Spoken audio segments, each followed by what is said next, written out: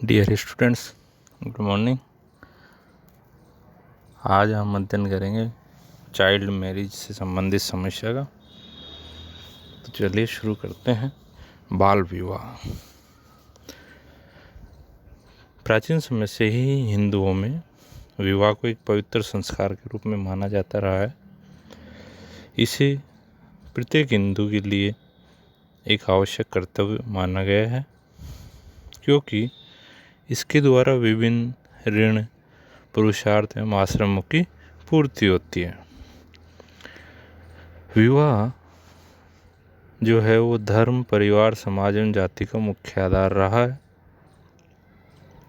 प्राचीन भारतीय समाज में विवाह बंधन में बंधने वाले दोनों ही पक्ष परस्पर एक दूसरे का सम्मान करते और वैवाहिक कर्तव्यों को निभाते रहे हैं। समय के साथ साथ सामाजिक, आर्थिक एवं राजनीतिक क्षेत्र में कई बदलाव आए। इन परिवर्तनों ने हमारी सामाजिक संस्थाओं को भी प्रभावित किया, जिससे विवाह संस्था भी अछूती नहीं रही। समाज में रूढ़ियाँ बढ़ती रही और बिना तर्क के उन्हें स्वीकार करते गए। ईश्वर के नाम पर धर्म एवं समाज में अनेक कुप्रथाओं ने जन्म लिया और हमारे धर्म भीरू समाज ने उन्हें और मजबूती प्रदान की। इन परिस्थितियों के कारण हिंदू समाज में विवाह से संबंधित अनेक समस्याओं ने जन्म ले लिया, जिसमें से एक प्रमुख समस्या है बाल विवाह। बाल विवाह से तात्पर्य है कि 21 वर्ष से कम आयु का लड़का एवं 18 वर्ष से कम आयु की लड़की जब विवाह करती है तो वो बाल विवाह की श्रेणी में आते हैं।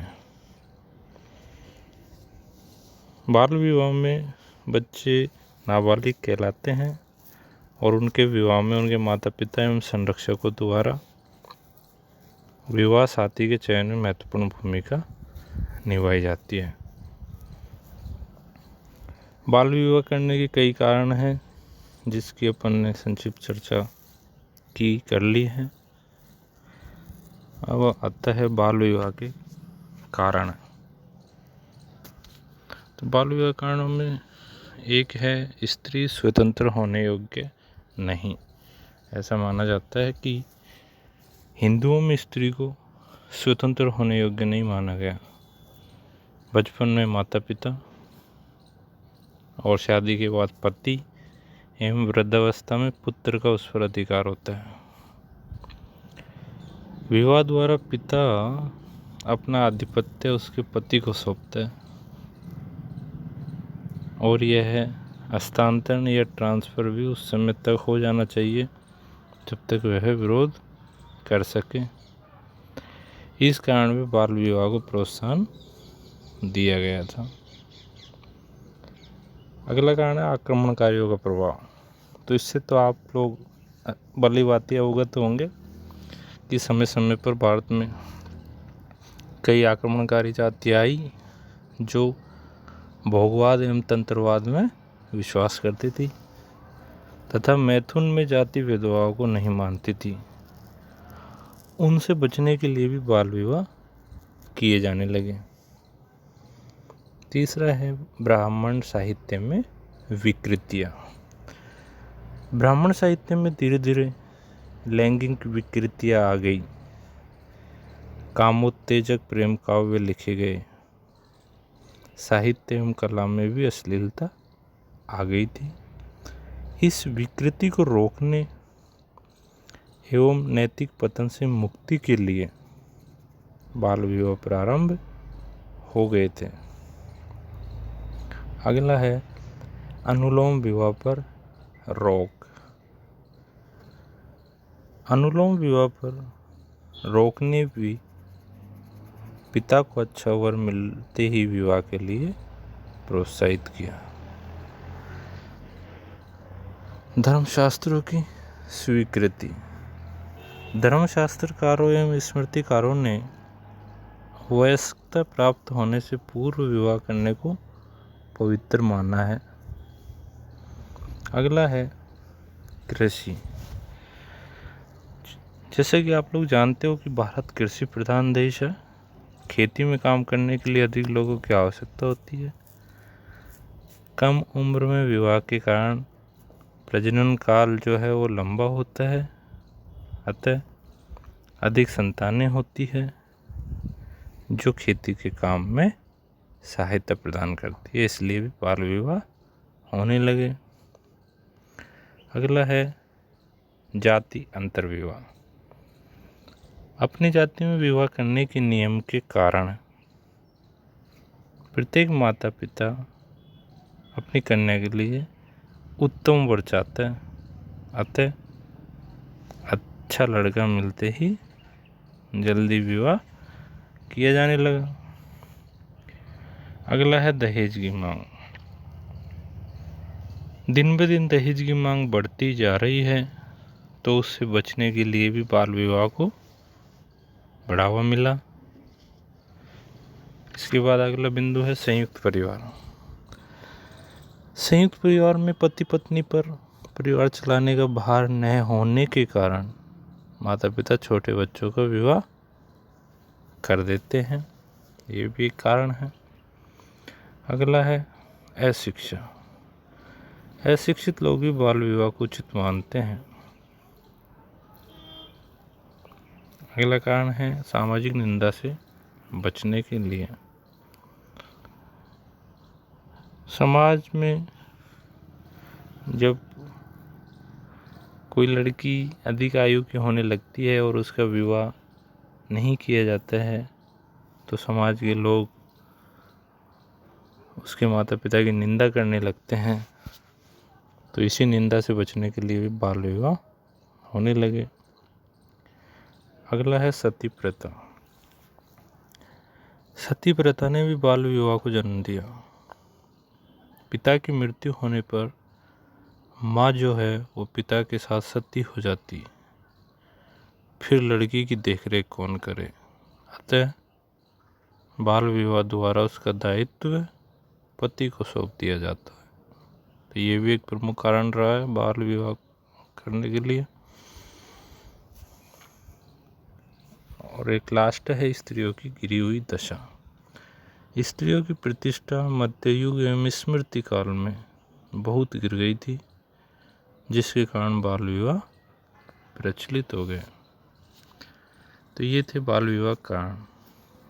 अब अपन चर्चा करेंगे बाल विवाह से लाभ। तो लाभों में एक जो प्रमुख लाभ है वो है कि कम आयु में विवाह होने पर पति पत्नी में अनुकूलन सरलता से हो जाता है और उनका वैवाहिक जीवन आनंदमय व्यतीत होता है। यानी कि उन दोनों में अच्छी समझ हो जाती है, जल्दी हो जाती है, जिससे कि उनका वैवाहिक जीवन अच्छे से गुजरता है। दूसरे लाभ है कि बाल विवाह होने पर पुरुष पर परिवार के भरण पोषण का भार आ जाता है, जिससे वह जल्दी ही आत्मनिर्भर बनने का प्रयत्न करने लगता है। तीसरा लाभ है बाल विवाह के कारण नैतिक पतन नहीं हो पाता एवं यौन भ्रष्टाचार भी नहीं फैलता है। तो ये 3 प्रमुख लाभ है बाल विवाह के। अब अपन अगला बिंदु जानेंगे बाल विवाह से हानियां। तो हानियों के अंतर्गत पहला है कि कम आयु में विवाह कर देने से छोटे बच्चों पर परिवार का भार आ पड़ता है, जिससे पूरा करने में वे असमर्थ होते हैं। दूसरा है कम आयु में यौन संबंध स्थापित होने से लड़के व लड़कियों के स्वास्थ्य पर बुरा प्रभाव पड़ता है और इससे क्या होगा, राष्ट्र का स्वास्थ्य स्तर भी गिर जाएगा। साथ ही इसके कारण दुर्बल संतानें पैदा होती है। अगला है बच्चों के व्यक्तित्व का समुचित विकास नहीं हो पाता। इसके बाद एक और जो हानि है वो है कि बाल विवाह के कारण कम उम्र में संतानें होने पर माताओं की मृत्यु दर में भी वृद्धि हो जाती है। एक और इससे जो हानि है वो है बाल विवाह में प्रजनन काल लंबा होने से अधिक बच्चे पैदा होते हैं, इससे जनसंख्या वृद्धि को बढ़ावा मिलता है। तो ये भी सबसे मुख्य कारण है। इसके अलावा एक और कारण है, बाल विवाह के कारण बेमेल विवाह होते हैं। आगे चलकर पति पत्नी में क्या हो जाता है, मनमुटाव हो जाता है और संघर्ष बढ़ते हैं। तो ये थे बाल विवाह से हानियाँ। अब जो आज का अपना इसी से संबंधित लास्ट टॉपिक वो है रहेगा बाल विवाह के विरुद्ध आंदोलन, मूवमेंट अगेंस्ट चाइल्ड मैरिज। 19वीं सदी से ही बाल विवाह के विरुद्ध राजा राम मोहन राय एवं ईश्वर चंद्र विद्यासागर ने प्रयास करना शुरू कर दिए थे। सन 1860 में लड़कियों के विवाह की आयु तय की गई थी, वो थी 10 वर्ष, जिसे सन 1891 में 12 वर्ष कर दी गई।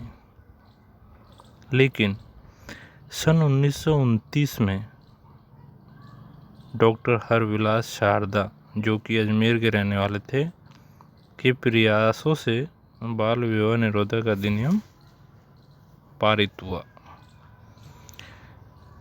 इसी अधिनियम को शारदा एक्ट के नाम से भी जाना जाता है।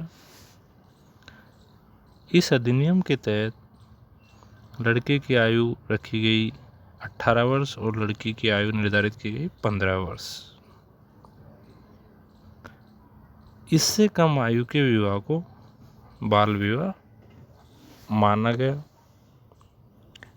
यह जो अधिनियम है वो बाल विवाह को रोकने में अधिक सफल नहीं रहा। सदियों से भारतीय समाज में बाल विवाह की प्रथा दृढ़ रूप से स्थापित हो चुकी थी, अतः लोग कानूनों की अवहेलना करके भी प्रथा का पालन करते रहे। इसके अलावा इस कानून में भी कई कमियां थी। हिंदू विवाह अधिनियम 1955 में भी लड़के व लड़की की विवाह की आयु यही रखी गई सेम। फिर उसमें संशोधन किया गया सन 1978 में और इस अधिनियम का नाम रखा गया बाल विवाह निरोधक या संशोधित अधिनियम 1978। इसके अनुसार आयु में थोड़ा बढ़ावा किया गया, यानी कि लड़कों की आयु 18 से कर दी गई 21 वर्ष और लड़कियों की आयु 15 से बढ़ाकर कितनी कर दी गई, 18 कर दी गई। अब इसी में अपन जानेंगे कि बाल विवाह निरोधक अधिनियम की असफलता के क्या क्या कारण रहे। एक कारण था कि एक बार विवाह हो जाने पर उसे रद्द घोषित नहीं किया जा सकता, ये इसकी वजह से भी। दूसरा था इसमें पुलिस को हस्तक्षेप की इजाज़त नहीं दी गई थी। तीसरा जो था इसमें कि दंड बहुत कम रखा गया था। अगला था कि विवाह के 1 वर्ष बाद कोई कार्यवाही नहीं की जा सकती। और एक असली जो कह सकते हैं वो है कि अधिकांश भारतीय अशिक्षित थे, इसलिए भी।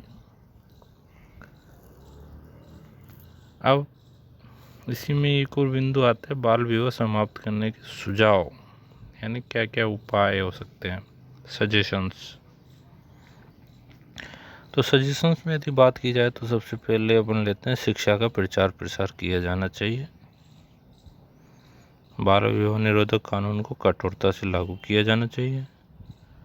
प्रचार प्रसार द्वारा इसके विरुद्ध जनमत तैयार किया जाए। दहेज पर पूर्णतः प्रतिबंध लगा दिया जाए। और एक और जो खास है वो है अंतर्जातीय विवाह को प्रोत्साहन दिया जाए। धन्यवाद।